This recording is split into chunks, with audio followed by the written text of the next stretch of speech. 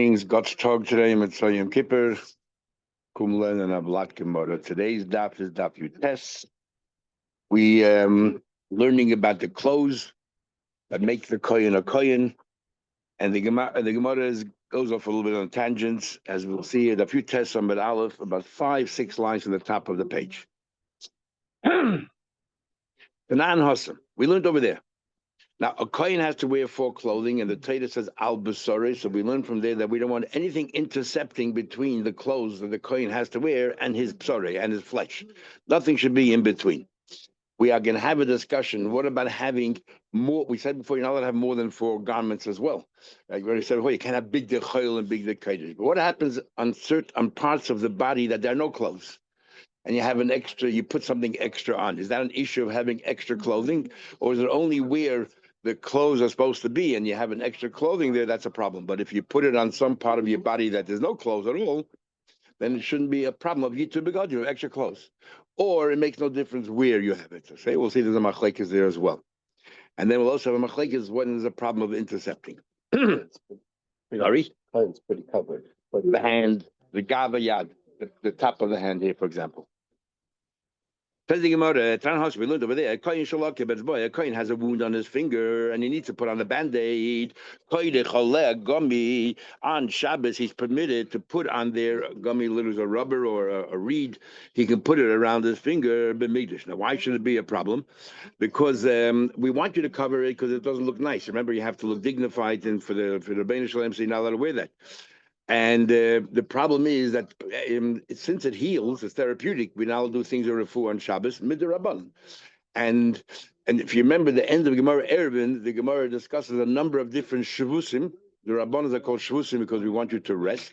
A number of different shavusim, whether they apply in the Beis Hamikdash. And the Gemara actually there towards the end makes a difference between a shavuz gadol and a normal shavuz. If it's a very severe shavuz, that it's very likely you come to do an Avei D'Oraisa, we don't allow that even in the Beis Hamikdash. We're going to make certain exceptions. But generally, ain't shavusim b'mikdash. Why can't you put on this Band-Aid? Because maybe you're going to go ahead and grind samamonim. That's how Rashi learns. Taisus learns that maybe you are going to extract blood from your hand when you squeeze. But regardless, it's a shvus, and that shvus is permitted in the Beis Hamikdash. We're learning this. Sorry, the Gemara here gave me about 7 lines at the top of the page. The kohen talking about begodim of kohen. So a kohen has a wound in the finger. He's allowed to wrap around a gummy in the Beis Hamikdash. We're not worried about the shvus. But anywhere outside the Beis Hamikdash is forbidden on Shabbos because of gizeidas shchikas samamoni, because of medicine you're not allowed to do on Shabbos, because you might grind and crush the medicine. But the if the purpose is to extract the blood, that's mamish, chabura. That's also matzera. Then kamakan makes no difference. Beis Hamikdash anywhere else, it is forbidden. Now we have a machlekes between Rabbi Chia son Rabbi Yehuda. He had a lot of different sons. Rabbi Chia son Rabbi Yehuda and Rabbi Yechla, and it goes as follows. When do we say that it's permitted? Elagami, only a gummy in the Beis Hamikdash, right? A reed, aval tzultzul cotton, but a little nice strap. Havi yitu begodim. It's an extra beged.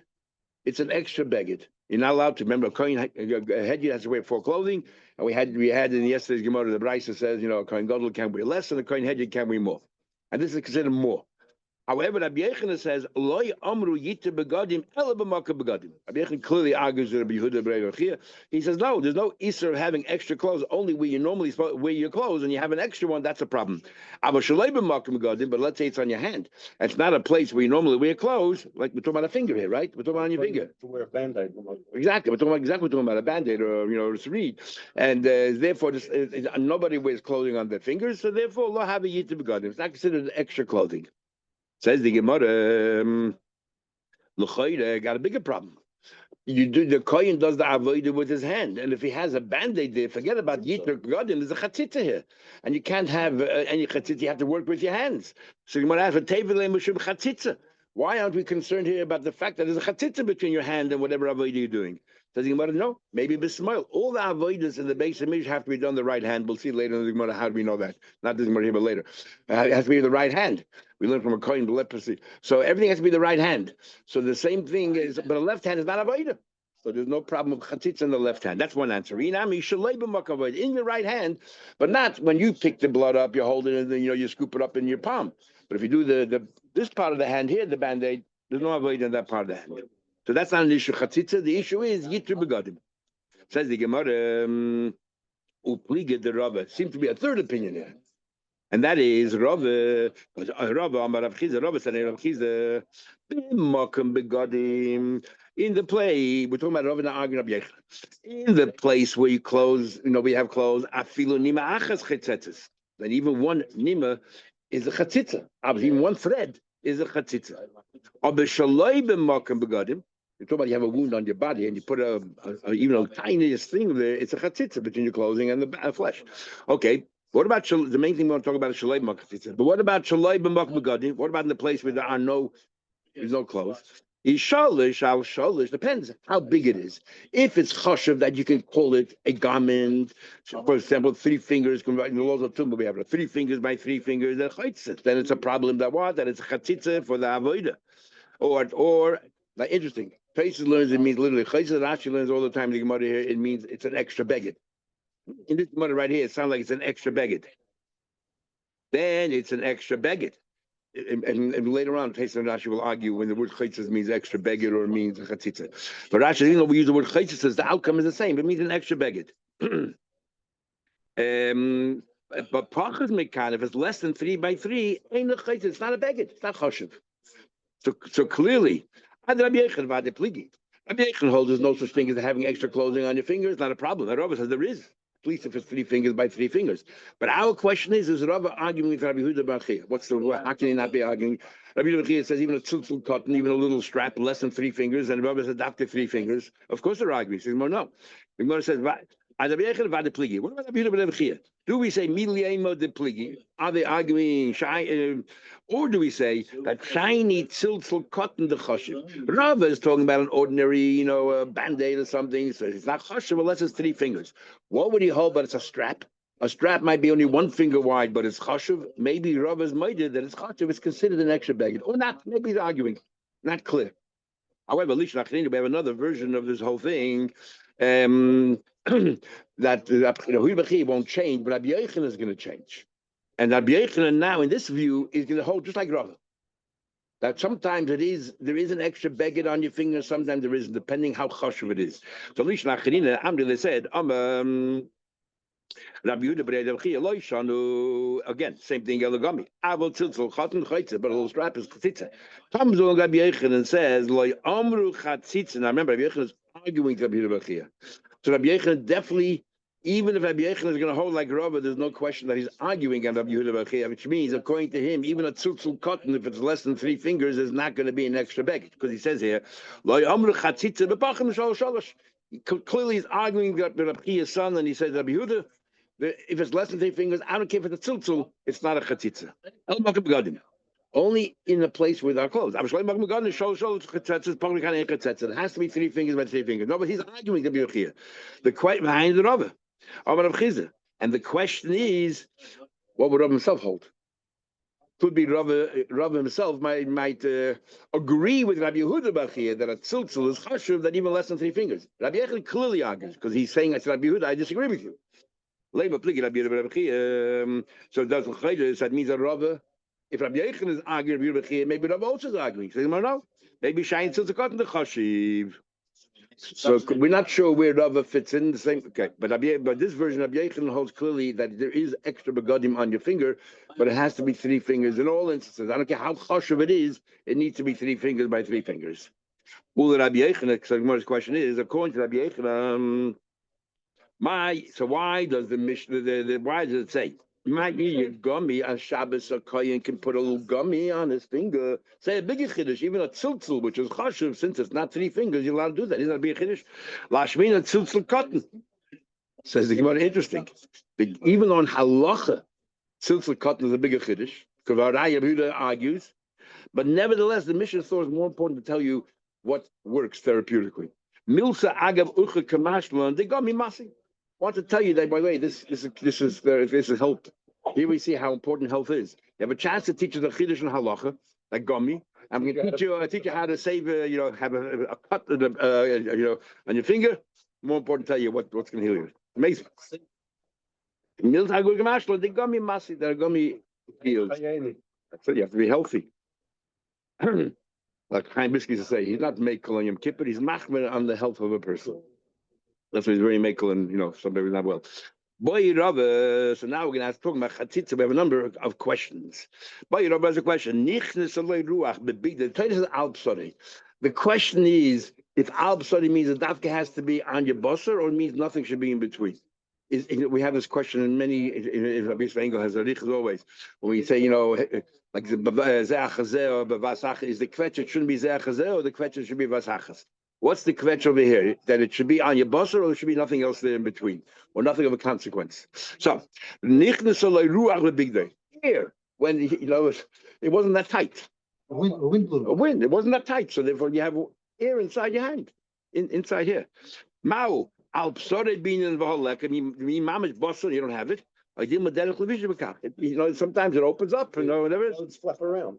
Yeah, so therefore it's not a problem. Hina mao shetachitz. But you have lice. Mace, if it's dead, loyte boilach. There's something there.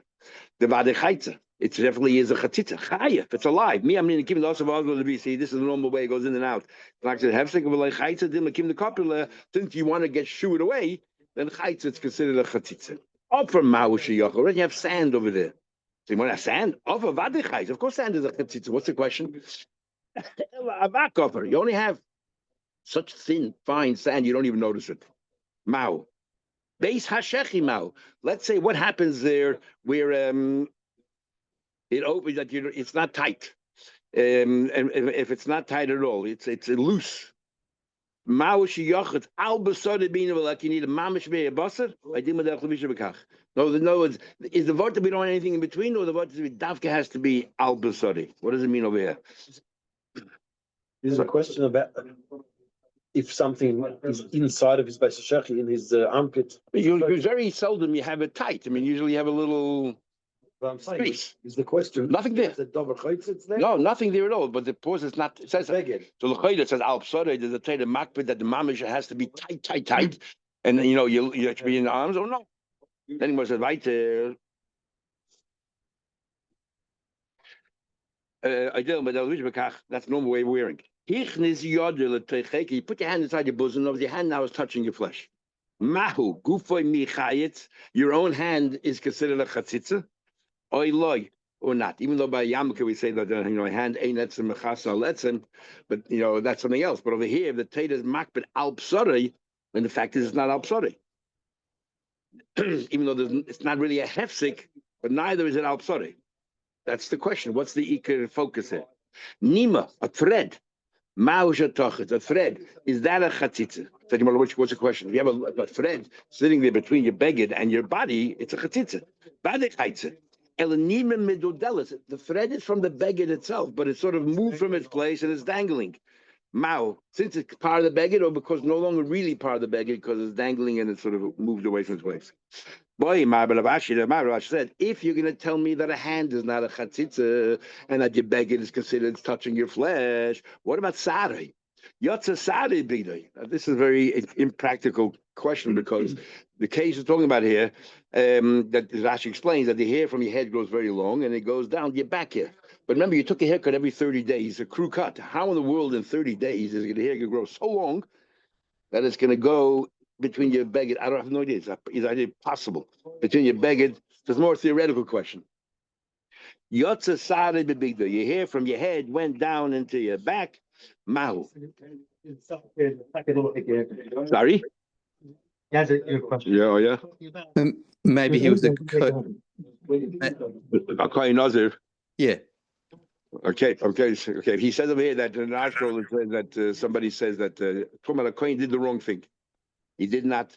Because he did the wrong thing. Because remember, we learned before, if a Kohen is not wearing his proper begodim, the avodim mechulelis. If a Kohen doesn't take a haircut, whatever he does in the Mishkan in the base of Mikdash is still valid. Just he did it aveda. But not the right clothes, you're a zor. Right? You only consider a Kohen if you're wearing the right clothes. So then it's much worse. So I guess that's what he's talking about here. Okay, thank you. You have to start big mouth. Sa'adik yagufadami is a hill like yaguf, or you love yagufadami. Boy, Rab Zayda, Rab Zayda asks a question. Tefillin. What about the tefillin? Mao sheyachaitzu. What about tefillin? The mitzvah tefillin, does it make it like part of you or not? Remember, we had an Erev that a mitzvah tefillin that you're allowed to wear because it's mamish like a lavush itself. So the Gemara asks, Mao sheyachaitzu. Is it a chatzitz or not? Rashi comes along and changes Pshat in the Gemara, which is amazing. Taisa doesn't understand why, and he learns differently because Rashi at the end will change his mind. The conclusion: Rashi's Mao sheyachaitzu lemehev yitu begadim. Not the problem is that the tefillin straps are a chatzitza between the beged and the body. The question is if that's considered another beged. Because remember, but it's a fifth beged. It's not part of the kohen's clothes. How do we treat that? Because we say that you're allowed to wear it on Shabbos because it's a lavush. You find tefillin in the street. Didn't the Kohen Gadol wear tefillin? We'll talk about it in a minute. Talk about it in a minute. A little bit about more like this. Now remember, the avoid of the day is far more serious than the avoid of the night. Avoid of the night, you did the leftover fats. Remember, if you don't even do the fats at all, it's still a kosher behemoth, a kosher carbon. So therefore, the avoid at night was secondary compared to the avoid of the day. So if you cannot be in that avoid at night should be stricter than avoid of the day. So the Gemara says here, that night you don't wear tefillin. I'm learning menachas as whole machlekes. The one is that night is you don't wear tefillin. Like to burla, no question. Why? Since at night there's no mitzvah tefillin, surely it's an extra beged. How can it be at night you're not allowed to wear it, and during the day you're allowed to? According to the opinion, says you're allowed to wear tefillin at night. Even the laila chaitzi at night definitely it's an extra beged because there's no mitzvah. Then yom nami chaitzi by day also it's an extra beged. Don't talk about. Laila. The one says night is the man tefillin. So therefore, whatever din is by day, din is by night. Do we say mitzvah de gufe chayitz? Do we say that it's even though it's a mitzvah, but it's on the body, it's considered an extra beged? Or like chayitz, or it's not an extra beged? It turned out to be that a mother the camera of this question surfaced in front of Rabbi Ami. Rabbi responded, Talmud Aruch will be a denu. We said, Gemara will have the beginning of Erech in the whole sugi there. Tefillin chaytzatzes. Tefillin is considered an extra beged. Says the Gemara, what's the story there? Okay, so tefillin is considered an extra beged. You shouldn't wear tefillin. Says the Gemara, you're telling me that what you're not allowed to wear, a kohen is not allowed to wear tefillin. Why? Because it's an extra beged. So let me ask a question. Meisvei, we learned in Gemara Tainus there were Kohanim and there was Levim and Yisraelim always involved in every carbon. And the Levim sang and the Yisraelim was maimed. They had to then say different psukim, brachos and all that, and they represented the Klal Yisrael. These were Yisraelim because carbon had to be involved. So it says there, Kohanim Avedosam during the Avodah, Levim Bidulchanu on the platform singing, Yisrael b'Mamadim even doing their thing. Tudim not tefillin, the potter from tefillin.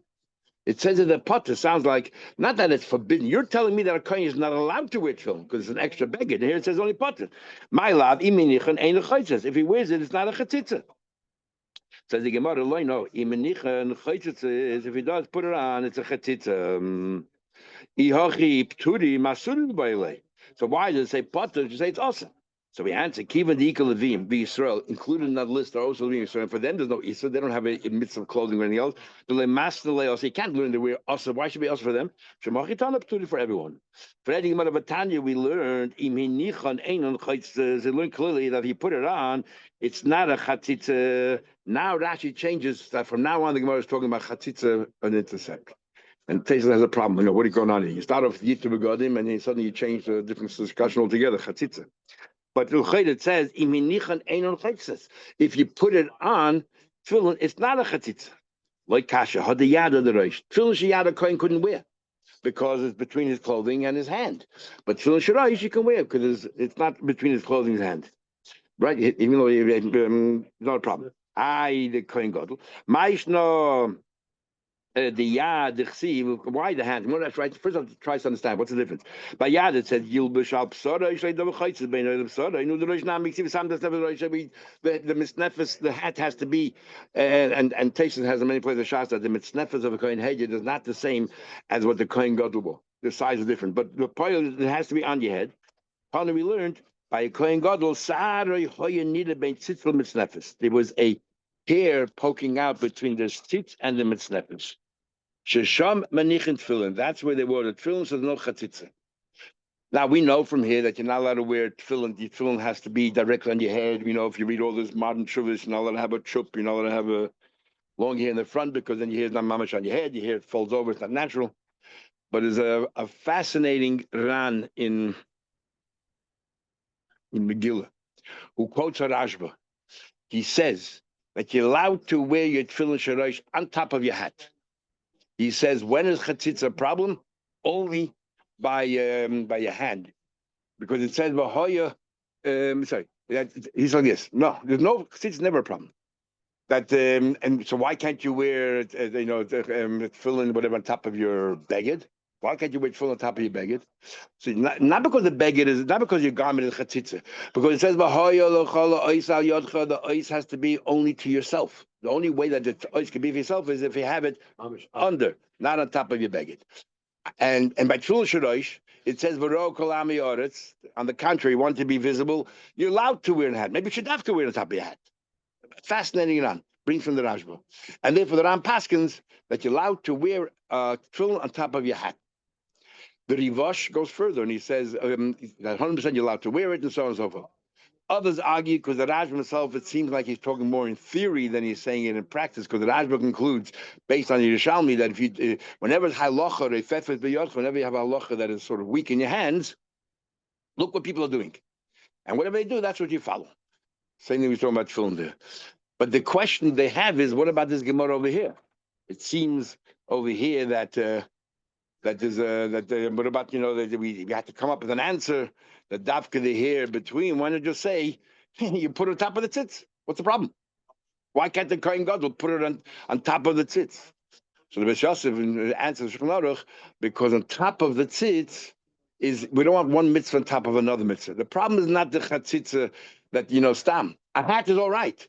It's the fact that it's a tzitz, and you're concentrating on one mitzvah. It's like oishim mitzvah part mitzvah. We don't want to mix up. We don't want to bundle up mitzvahs. So therefore, you have a separate. Unbelievable thing. Then some lachronim say that even according to the Ran, it's only a yarmulke, which is thin, not a mamash hat, which is too thick and big. Interesting discussion. Okay, back to the Gemara. Mechutz Kippuri, the Mishnah continues saying that if somebody did not bring a Metzora, a woman that gave birth, a Zav, after they go to mikveh and after they wait for sunset, they still have to bring a carbon to be able to eat kachim. How do you know that? In the pasuk, that afterwards, that if she can't afford it, she brings whatever she can bring, a bird, and then the koyim mechaper, the tar, she becomes tar. So when does she become tar? Only when you bring the carbon. Tar meklaushi tameya, but prior to that, still tameya. We even learned that Abba said that you have full din of tameya, that full yam doesn't. In fact, you went to mikveh has no bearing at all until you bring the carbon. Now we'll talk about today and tomorrow about washing your hands. We learn now. How do you know that it's possible that if you didn't wash your hands and you work in basic midrash, everything is possible? We learn now by washing your hands. It says and by mechusah begadim it says there that that you also I don't know. I've learned Kohen Gadol shaloi taval. A Kohen Gadol who didn't go to the mikveh. What about he didn't go to the mikveh? Shaloi kiddush bein beged lebeged. We're talking about on your kippah, which we had yesterday. He has to between 5 changes of clothing, and every time in between he has to go to mikveh. He has to wash his hands. Now we'll soon see. We'll have a machlekes and remembering more yuma there. Americh Chachamim. If when you put on. You take off one set of clothing, you put on another. You go twice. You have to wash your hands. When you wash your hands, the second clothing is definitely after you put it on the second clothing. You wash your hands. There's a machlekes. When do you wash your hands in the first? Before you take off the first, or after you take off the first? But you have to do all these activities: mikveh, washing. Between the clothing, you go to mikveh. What if you didn't on your kippur? Is it also like you ruined the avodah or not? How does it work? So it's like is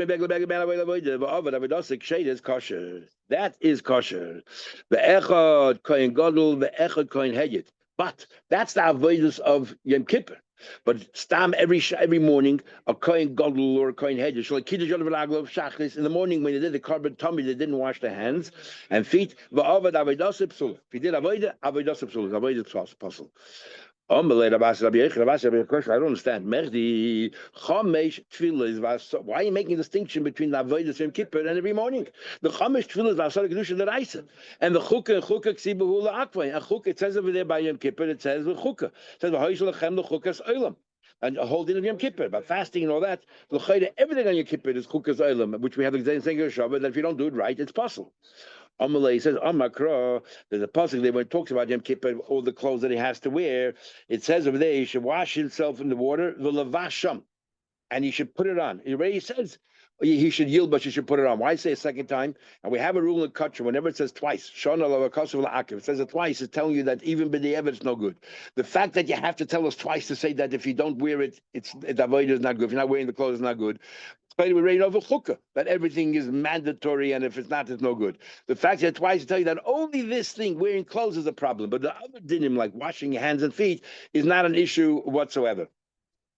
Says the Gemara, the chukah ksibu la'akvay tamakev. That's what I've asked this question of Yechon. So Amakra, so Rabbi Yechon answered, it says levashim levishim akev tamakev. The fact that it says, sorry, I jumped ahead. The fact that it says a second time, it says ulevashim. Ulevation. The fact is ulevation. They should put it on the second time to tell you that only this is ma'akiv, only this is so is important, critical. The rest of the activities of Yom Kippur is not. So Havapanov, he was so happy.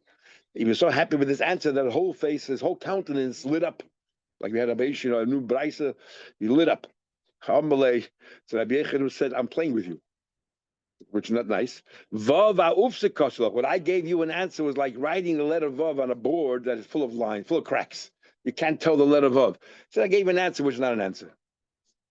So we have sometimes the Gemara. So why did the Rabbi say this? To sharpen the students. So maybe the same we had it before even. So maybe the same thing over here. So the Gemara, why is a good answer? Because then if so, then it's Safranami.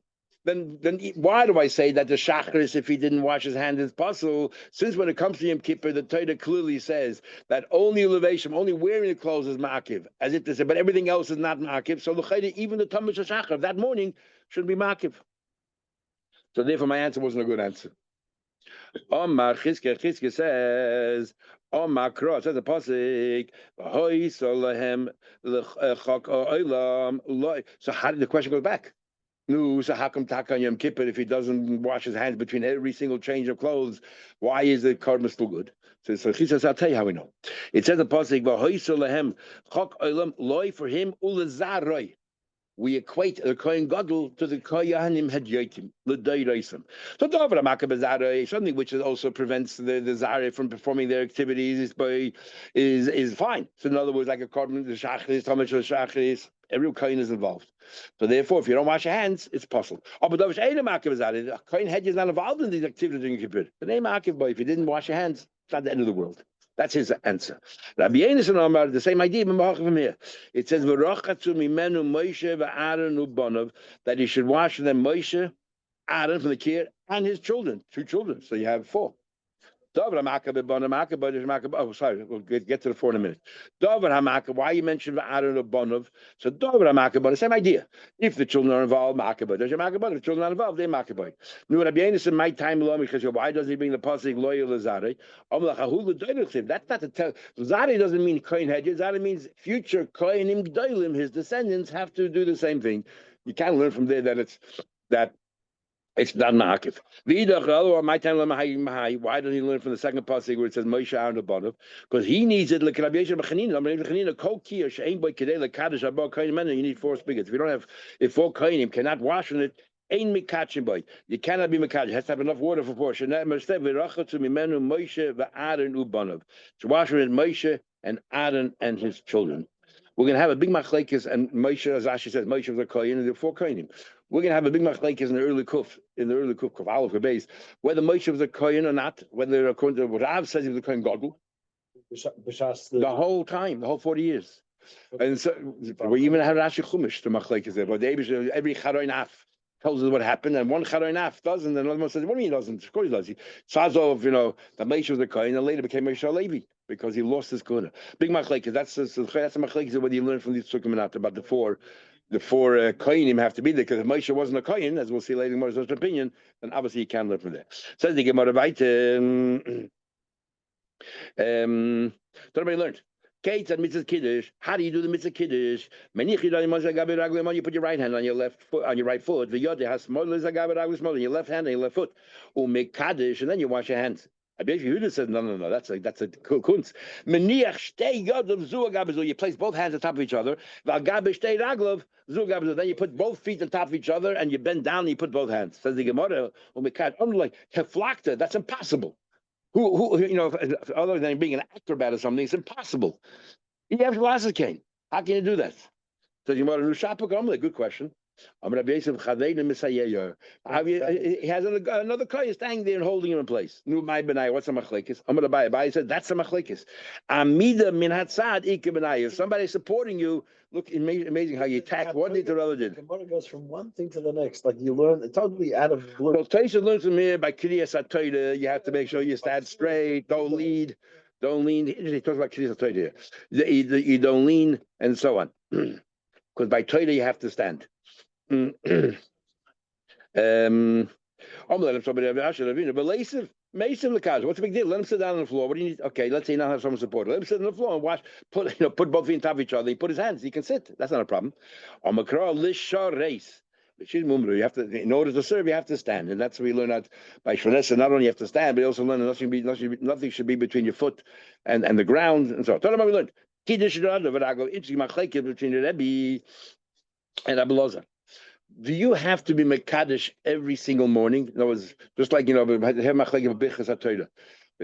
have to make a bracha, if you have to make a bracha every morning, or only if it was a Hetz Chadas. If there's no Hetz Chadas, if you didn't go to sleep and you had a mind, you don't have to wash again. You don't have to make a bracha. Exactly, machlek is here regarding, almost exactly, not exactly, is by washing your hands. What happens? You're continuing to work on the mizbeach all night. You continue in the morning. You still have to wash your hands. Or as soon as morning comes in, you got to wash your hands again. You wash by day. Ain't so at night. It's night by kachim. If you washed at night, so you got to do it again today. Rebbe said, "Lina my elis bekidish yadayim raglaim." Rebbe says that lina, that overnight affects the kiddush yadayim raglaim, but every morning you have to start again. Now, Rabbi Shimon says, "Ain't lina my kiddush yadayim." Has interesting word meyelis. It means just affect. Doesn't mean help. It means it doesn't affect. Tanya, that's one brayso. Another brayso. You're working on the all night long. In the morning, even though you're in the middle of working, go stop and wash your hands. Since you started working, you don't have to make kaddish. Everyone wonders how could it be 10 days? Because we're looking on the Dorim, you can't sleep. You can't go without sleep for 3 days, and sleeping is definitely a hefsek. So it's maybe it's an expression. But I remember seeing someone said he had found the gear, so it says 3 days. Which says 3 days. There was I'll never forget, I read in the paper many years ago, that there was a case where somebody took the MTR in New York to court because he said they started having the trains go through at night, should be only during the day, and now he can't sleep. And he hadn't slept for a month. And he's suing them because he's going with sugar. So the judge pulled out the Gemara in the Durham and says he cannot live without sleeping 3 days. It's impossible. It's impossible. As the Rebbe says there by the Sukkah Beis Sheva, they had to doze off a little bit. It's impossible. It's impossible. Anyway, tzricha. So when you both Bryce, the same principle. If we only knew the first case, by he Kamar Rebbe over there, Rebbe says the pasuk. You're changing your activities. It says two things: the new day and new activity. Okay, you have to wash your hands. But the other case, you were working on the mizbech and you continued into the morning. So it's the same avodah. The light possibly you don't have to wash your hands. Only Rabbi says because what do you call it? You're still working into the morning, same activity. Okay, he says that listen, you need two factors. You don't have it of it. But in the first case, where you were first doing the fats in the morning, you were setting up the marocha, you were setting up the fire on the mizbeach, a different activity altogether. Maybe he's made it to Rebbe, you have to wash your hands. My time of the Rebbe. So now let's understand what's going on here. What's the crux of machlekes? Why does Rebbe say you have to wash every morning? Because it says in the pasuk, "Begishtem." Says when you walk in the oil, you should wash your hands and you won't die. Begishtem el hamizbeach l'sharis. You're walking, approaching the mizbeach to serve the mizbeach. So therefore, every time that you approach the mizbeach, because the morning is considered a new gisha, and therefore you have to wash again. My time with Rabbi Lazar, but Rabbi Shimon, the chesiv it says, bevoyam. It says bevoyam as soon as you walk in. So, but once you're there, you don't have to do it again. So he says like this: Iksi begishtam. The Rebbe says it had to say bevoyim, which sounds open and just walking in. If it would have said begishtam. But like said, I thought I'll call gish. Every time you walk away and you come back, you got to even 10 times a day. You got to wash your hands. The once you enter that whole domain, that's it. You don't have to wash again. But when only begishtam, only when you're when you're approaching. But once in the morning, it's like a new approach, especially if you're changing the avodah. The idach nami it says begishtam. What's that? Bill Lazar Rishim do with the Gishtam? Iksi, but we had it said only b'voyim like the Gishtam have me not feel the beer konis. Just walking in, you already have to wash your hands, even not doing an avodah. I beat a konis, talking about a beat a konis. How can it be? Haksiv l'shareis. It says the Gishtam l'shareis. Even if it wouldn't say the word Gishtam, if it says b'voyim when you walk in, and then it says l'shareis, obviously you're doing avodah. That's the only time you have to wash your hands. El begishtam, boy, you know what you Gishtam for? Like Rabbi Yaakov. How come Moed and Bekida Sheni, but Meir and Chacham are both Moed on Yom Kippur when he puts the clothes back on and he has to wash a second time? Not when he's naked, he does it once he's dressed afterwards. You learn the word begishtam. The only thing you have to do after washing is approach. But if he has to also put on the clothes, but here he has to put on the clothes, it can't be. So why does it have to say to be maktir? It already said l'shad is to serve. So why does it say l'haktir? I would have thought only those avodas that are essential. But let's say roasting on the bech, which is not essential. Maybe you don't have to wash your hands. Like kamashalon. This piece of to boy ilfa. Remember, Ilfa and Rabbi Yechon were the best friends in Mauritius, and Rabbi Yechon heard that Ilfa went to business, Rabbi Yechon became a Rosh Hashiva. And even though then Ilfa rather said, I can learn anything, but you find Ilfa mainly in Kachim. You don't find him once or twice in Sachakol. Here in Kachim, you have him quite often, a few times. Rabbi Yechon said, boy Ilfa, the Divre Oimer, according to Rabbi Lazar Shimon, who says, Ain't Lina Mel Bekir Davlaim, that the morning makes no difference. If you wash your hands once, it's enough. Interesting question. Make Kir. The water of the kir, the water of the kir itself. You know that a klei shadas is lina. Since the purpose of the water is to wash the kohen's hands, and the kohen doesn't matter if he has to wash every day, so once is enough, or even 10 days. So maybe the water of the kir as well. If it sits in the kir, when they had a pulley system, we'll learn about tomorrow. If it wasn't, if it was just sitting in the klei shadas in the kir, you can use it again. Who cares? Can't be any better than the person. The whole purpose of wash your hands, and that doesn't matter. Is Lina, what would you say? Kivan the kaddish with the klei shadas, since the fact is it's sitting in the klei shadas, the kir, Mishnah becomes possible. Ki asa Ravin, when Ravin came along, Amar Rabbi Yirmiyah said, Amar Rabbi Ami, the name of Rabbi Ami, Amar Rabbi Yechon, name of Rabbi Yechon. The same Rabbi Yechon, who's his friend of Ilfa, said, Hada Pashit Ilfa to actually resolve it. Ke machleik is bezu, kach machleik is bezu. Just like he argued over here, the same thing he has an argument over here. So in other words, Ilfa resolved it. According to Rebbe, it's possible, and according to Rabbi Shimon, it is kosher. There's two more lines. Finishes. How can you say that? The same Rabbi Yechon said in the name of Ilfa. They used to have a pulley system and lower the kir to connect it to the water of the spring so that it never becomes possible. You can use it for the avodah of the night, no problem. The following day, you cannot use it. We don't understand what it means. The next day you don't use it. Is it because you don't have to? Because like a Rosa of Shimon, once you did it once, it goes out for a long time. Or you can't use it because the water is possible, even though the kohen maybe doesn't have to wash, but the water is possible. But like Pashalan, and Rabbi Yechon did not know what Ilfa meant. Or Rabbi Asi didn't know what Rabbi Yechon meant. You're going to tell me that Rabbi Yechon said the clarity that this is how it is. We don't know. We haven't resolved it. So now the Gemara tomorrow is going to try to resolve this question. Okay, we continue tomorrow at 8 o'clock at night. We'll do two.